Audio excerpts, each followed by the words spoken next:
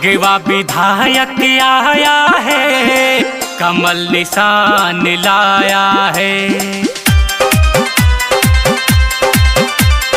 भगवा विधायक आया है, कमल निशान लाया है।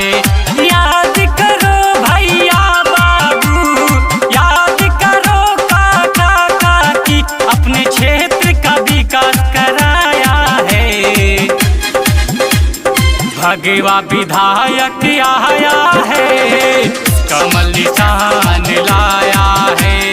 भगवा विधायक आया है, कमल निशान लाया है।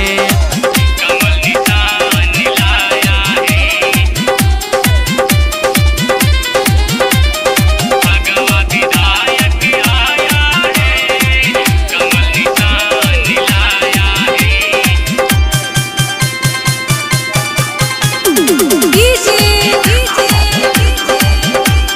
दीपक राज डुमरी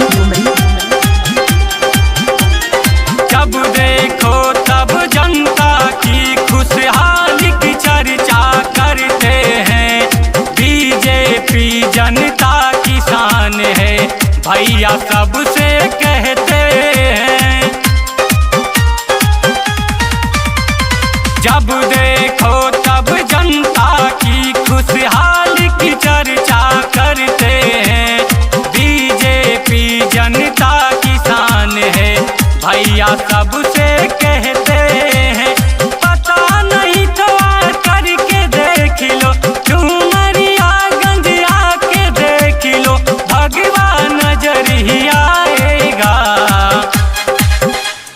भगवा विधायक आया है, कमल निशान लाया है।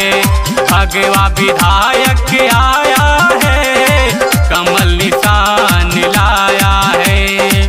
कमल निशान लाया है। भगवा विधायक आया है, कमल निशान लाया है। दीपक राज डुमरी